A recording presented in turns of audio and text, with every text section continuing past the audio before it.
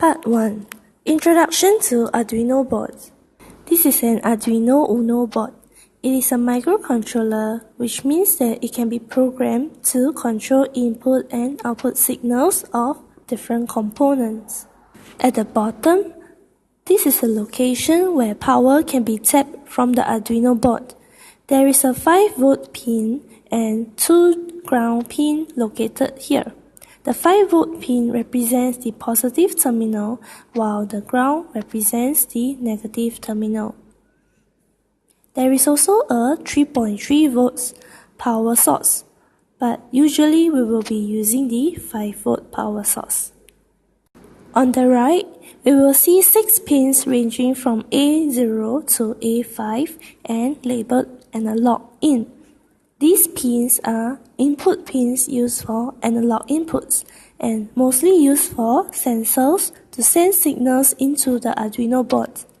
Analog means that the voltage can range from 0 to 5 volts, while digital means that the voltage can only be 5 volts or 0 volts, which represents either on or off state.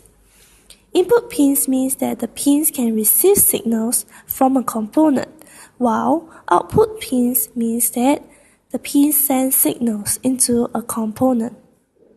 If you look at the top, there are many pins labeled digital I/O. I means input and O means output.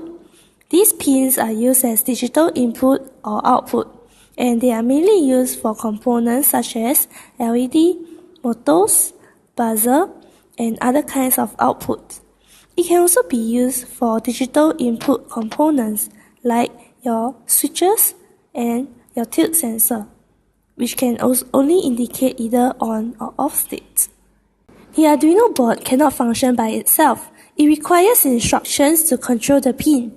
As such, the USB port on the left enables the Arduino board to be connected to the computer in order for us to upload the codes from the Arduino IDE to the board.